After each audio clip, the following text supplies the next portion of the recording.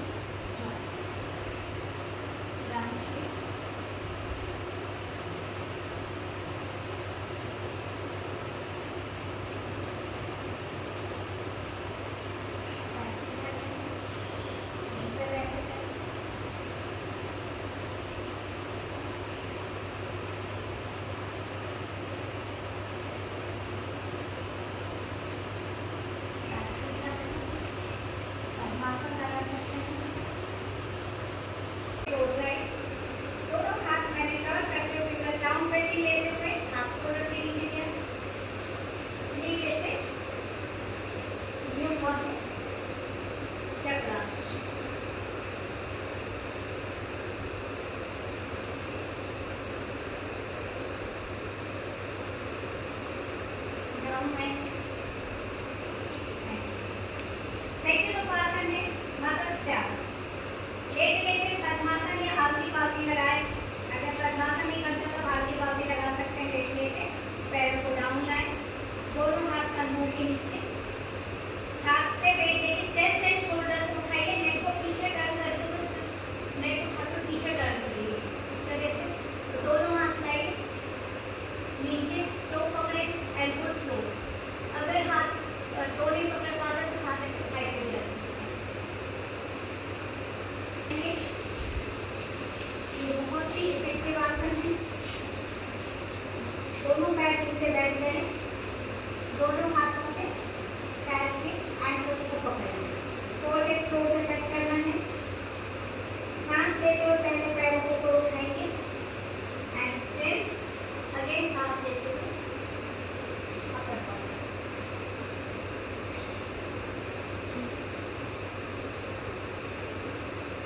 सामने देखिए, सांस नॉर्मल, ऊपर देख सकते हैं, सामने देख सकते हैं। डाउन, वापस आएंगे, लेफ्ट हिप पर रेस्ट करें,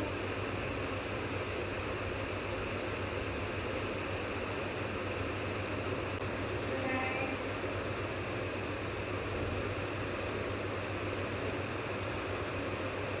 मन शांत, शरीर शांत। जहाँ जहाँ आपको तनाव या खिंचाव महसूस हुआ था वो अब धीरे धीरे महसूस करिए, धीरे धीरे रिलैक्स हो रहा है। आप शारीरिक और मानसिक रूप से स्वस्थ महसूस कर रहे हैं। एक बार गहरा सांस लेते हुए और एक बार उच्चारण करेंगे।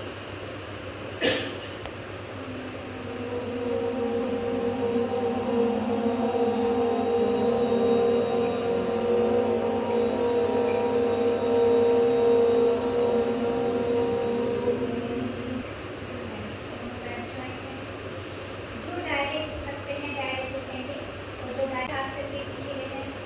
सांस में देना और सांस छोड़ते हुए डायरेक्ट उठें, होल्ड करें। और जो डायरेक्ट नहीं उठ सकते हैं तो धीरे से हाथ पीछे ले, लेफ्ट करवट ले, इस तरह से हाथ चेस्ट के सामने रखें, पैर फोल्ड करें, धीरे से उठते हुए सीधे बैठ। इसके पहले हम भस्त्रिका लेंगे, ऐसे फील करेंगे, फिर अनुलोम। तो इसमें राइट से सांस लेना पहले प्रेशर से और लेफ्ट से प्रेशर से छोड़ना है। 10 टाइम्स करेंगे। फिर दोनों हाथ से सांस लेना, जब हाथ आगे जाएंगे और जब अंदर खींचेंगे तो सांस को छोड़ना, ताकि जितनी कार्बन डाइऑक्साइड है उसकी छटके से बाहर आए। 10 टाइम्स करेंगे।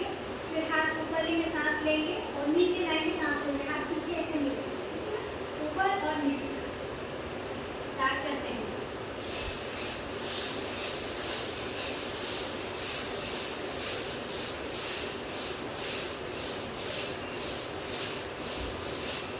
दोनों हाथ से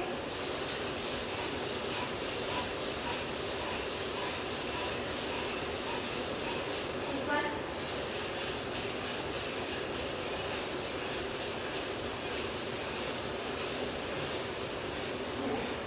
इसके साथ हम और स्ट्रॉन्ग हो सके तो इसके लिए हम नाक से सांस लेंगे, मुंह से सांस निकालेंगे, पेट पूरा पीठ से लगा के ऊपर खींचेंगे, साथ में हम जालंधर बनाएंगे, चिल लॉक। सांस लेके निकाल।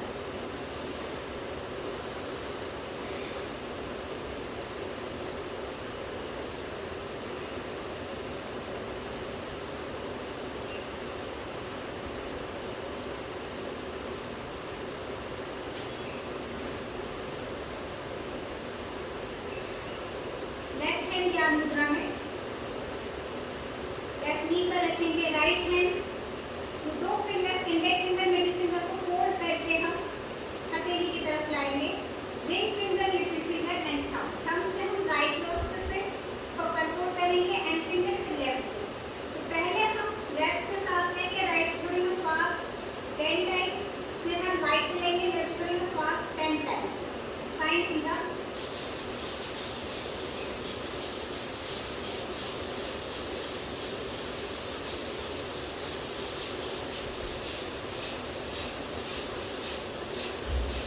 हम ले रहे हैं अनुलोम विलोम। तो अनुलोम विलोम लेफ्ट से शुरू होता है और लेफ्ट पर ही एंड होता है। लेफ्ट से लेंगे, राइट से छोड़ेंगे, अगेन राइट से लेंगे, लेफ्ट से छोड़ेंगे, एक आवर्तन कहलाता है। जितनी देर हम सांस ले रहे हैं, लेफ्ट से अगर हमने 5 सेकंड सांस लिए तो 10 सेकंड छोड़ना है। जितना आपकी कैपेसिटी है, 10 सेकंड है 20 सेकंड, या 6 सेकंड है तो 12 सेकंड, जस्ट 1:2 का हमें रेशो मेंटेन करना है।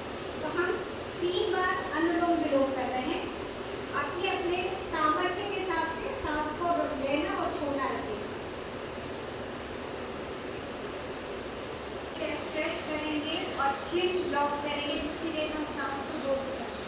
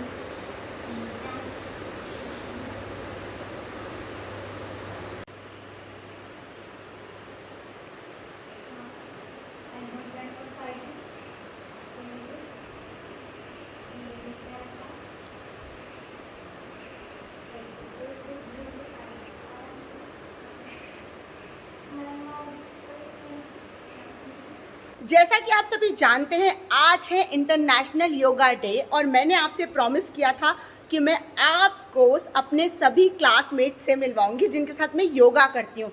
तो मेरे साथ यहाँ पर मेरी मेंटर कविता वेलुरे मैम है और मेरे साथ मेरे सारे के सारे क्लासमेट्स हैं। तो आप सभी लोगों को हम सभी की तरफ से हैप्पी हाँ, और मैम बताएंगी कि योगा करने से क्या फ़ायदे होते हैं और हम लोग कैसे स्वस्थ रह सकते हैं। तो चलिए मैं आपको मैम के पास ले चलती हूँ। मैम, मेरे आपसे बहुत सारे क्वेश्चंस हैं। मुझे पता है कि मेरे सारे व्यूअर्स के भी आपसे बहुत ढेर सारे क्वेश्चंस होंगे। तो आप बताइए योगा करना क्यों ज़रूरी है, कैसे हम योगा करके स्वस्थ रह सकते हैं। आप सबको बहुत बहुत बधाई अंतर्राष्ट्रीय योग दिवस की और मेरा प्रणाम है आपको। योग का मीनिंग है योगश्चित वृत्ति निरोधा।